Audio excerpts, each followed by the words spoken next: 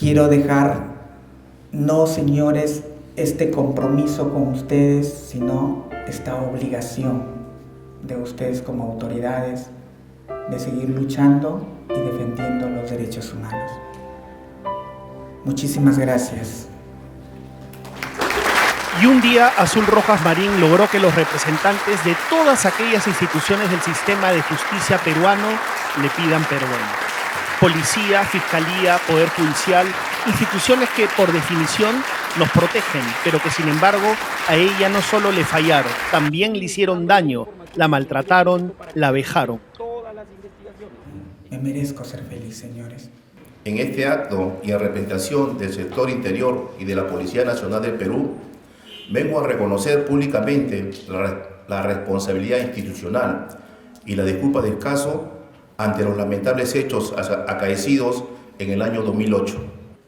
Y por ello, en nombre del Ministerio Público, reconocemos que nuestras instituciones fallaron en el cometido de garantizar sus derechos. Reconocer la responsabilidad y expresar públicas disculpas por estos hechos. No es un perdón espontáneo, pero es un perdón, al fin y al cabo, tan histórico como inédito. Llega 14 años de ardua lucha después. Un organismo internacional como la Corte Interamericana de Derechos Humanos de la OEA sentenció en el 2020 que el Estado peruano es finalmente responsable de la violación al derecho a la libertad e integridad personal, a no ser sometido o sometida a torturas, a la vida privada y de garantizar tales derechos fundamentales en la persona de Azul Rojas Marín. Y el jueves 3 de noviembre de este año, el simbólico perdón se materializó en el auditorio del Ministerio de Justicia.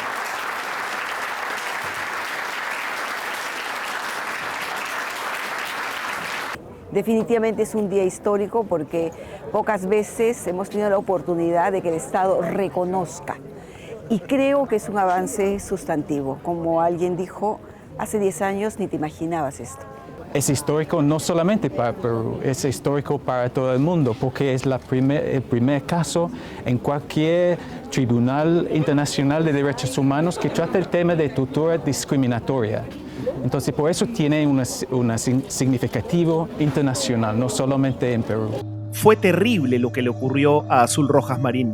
Para dimensionar la trascendencia de su lucha y de este perdón, días antes de la ceremonia fuimos hasta La Libertad para recorrer con ella ese trágico circuito que empezó la medianoche del 25 de febrero del 2008. La madrugada miserable en la que fue violada y torturada por 3 efectivos de la Policía Nacional. Azul por entonces tenía 26 años y aún no se definía como mujer transgénero.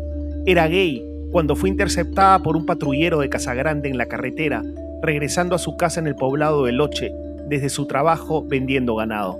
Un sereno me preguntó qué es lo que hacía y yo le dije que me estaba dirigiendo a mi domicilio. Entonces fue cuando bajó el policía, me pidió documentos, yo le dije que no los tenía, pero que los tenía en mi domicilio y que si ellos me podían, acompañar para yo poder identificarme. Y entonces él comenzó de frente a agredirme, primero con términos y palabras soeces y términos discriminatorios, que sí, que maricón, que esto. Comenzó a golpearme, entonces yo no me explicaba por qué lo hacía. Entonces, con el esfuerzo de los otros serenos, me subieron a la camioneta y me trasladaron ¿A la fuerza? Sí, a la comisaría. Ajá. Y ahí empezó... ¿Aquí empezó el calvario? Sí, de acá. Azul permaneció hasta las 6 de la mañana en la comisaría sin que se registrara su detención. Si bien lo que ocurrió allá adentro en esas horas oscuras fue lo peor, fue solo la primera etapa de este vejamen interinstitucional. Después de pasados los hechos, ellos lo trajeron por aquí. En este lugar, Azul fue torturada y violada. Uno de los 3 efectivos policiales le introdujo por el recto una vara de uso disuasivo conocida como cachiporra. Siempre ellos me decían, sí, maricón, cabro, te gusta la pinga, cabro, te gusta esto. Y así me tuvieron torturando toda. Fueron 3 policías. Luis Quispe Cáceres, Juan Isale León Mostacero, y quien me introdujo la vara de uso policial fue Dino Horacio Ponce Pardo. 2 días después, Azul presentó una denuncia en la propia comisaría de Casagrande y al mes siguiente, el Ministerio Público dispuso una investigación preliminar contra el personal policial involucrado y en abril de ese año incluyó los delitos de violación sexual y abuso de autoridad.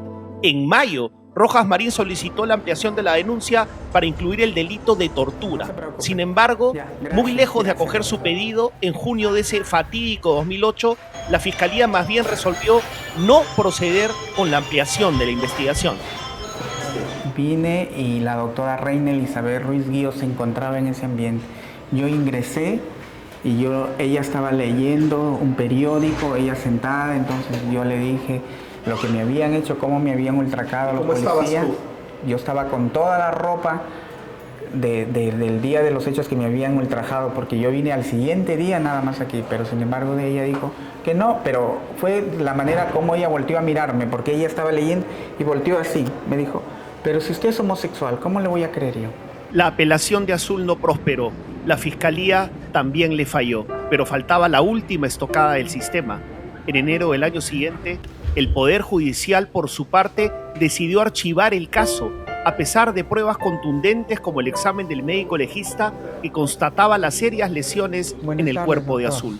Nada más crudo y aleccionador para entender el lamentable criterio que suelen tener algunas de nuestras autoridades de justicia que observar el sanador careo que hace pocos días tuvo Azul con uno de los 3 jueces que decidió en su momento no dictar prisión preventiva contra los 3 policías implicados en el crimen, a pesar de las pruebas. El magistrado Víctor Burgos nos recibió en su oficina.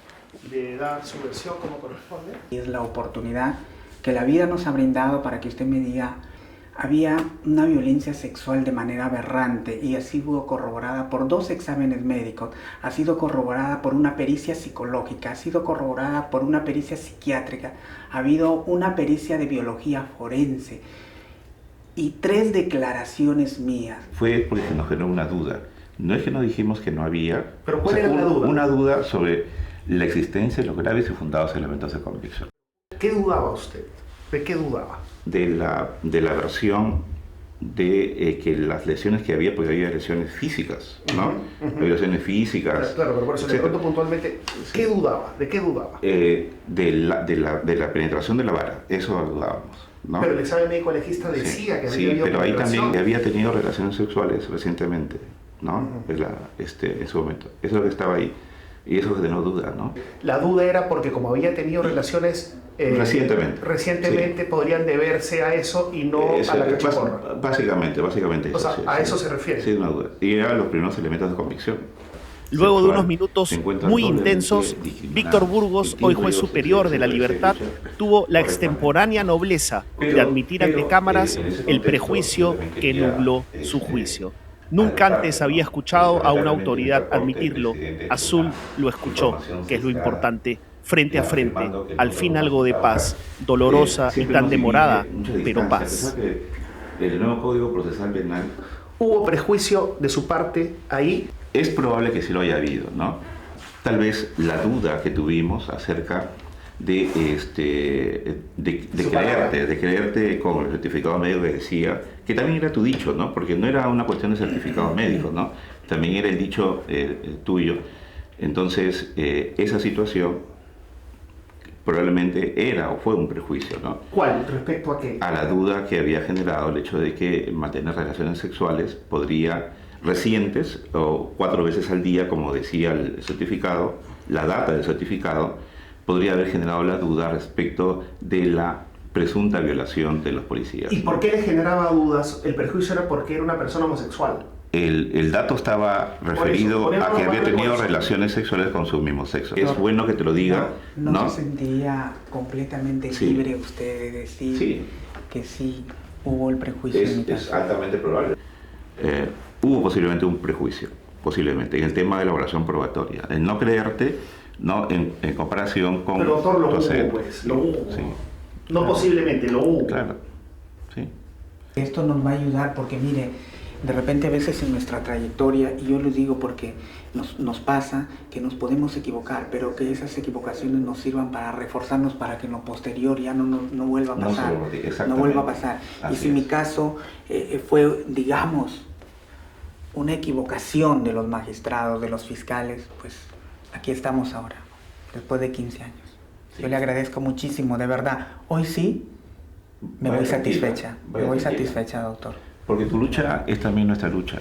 Queremos erradicar la discriminación por razón de género. Y si es así... Es importantísima esa declaración, doctor. Muchas gracias. Muchas gracias. Es un hecho simbólico, porque es inusual, es atípico, es rarísimo que un operador de justicia admita que hay una situación de prejuicio, en este caso hacia Azul, por ser parte de la comunidad LGBTI. Eso es algo muy potente. No tenemos un antecedente parecido a eso. Más por el contrario, lo que sí hemos visto es que hay operadores que son muy reticentes a manifestar que hay estas situaciones de prejuicio o estereotipos. La sentencia de la Corte nos delata en el sentido que todavía se maneja en el sistema de justicia, y me refiero al sistema con todos sus componentes, lamentablemente se maneja estereotipos discriminatorios en relación a las preferencias sexuales de las personas, especialmente vulnerables, como las personas LGTBI. El Centro de Promoción y Defensa de los Derechos Sexuales y Reproductivos, PROMSEX, y la Coordinadora Nacional de Derechos Humanos apoyaron a Azul en estos largos años de lucha, desde cuando todo parecía perdido hasta la histórica sentencia de la Corte Interamericana de Derechos Humanos. Pero aún esto no termina. ¿Qué viene ahora? Se estableció varias reparaciones. Entre ellas es que se iniciara una investigación imparcial, y esta investigación ahorita se está cursando en la tercera Fiscalía Supraprovincial especializada en Derechos Humanos. Esperamos que por lo menos este apartado de la reparación, en la que se inicie una investigación eficaz, dé un resultado y se sancione efectivamente a los responsables, a los 3 efectivos policiales que estuvieron involucrados en esta comisión del delito. Y por otro lado, no quisiera dejar de mencionar que hay otras reparaciones. Tenemos otras reparaciones que fueron dispuestas por la Corte Interamericana de Derechos Humanos, y que esas reparaciones hasta ahora, más de 2 años, todavía no se han implementado. A mitad de camino, lamentablemente, la madre de Azul, doña Juana Rosa Tantamarín, murió sin ver el triunfo de su hija. Pero fue otra mujer quien la acogió en su propia casa. Imposible no agradecer a la señora Luz Caridad. Y yo desde que vi a Azul, vi en sus ojos mucho sufrimiento, mucha tristeza, y desde que la vi sentí que tenía que ayudarla a ella, que apoyarla. Y agradecido con ella y toda su familia por todo ese cariño y todo ese apoyo que me brindaron. Felicitaciones, Azul Rojas Marín, nos quedamos cortos. Tu triunfo es el triunfo de toda la sociedad.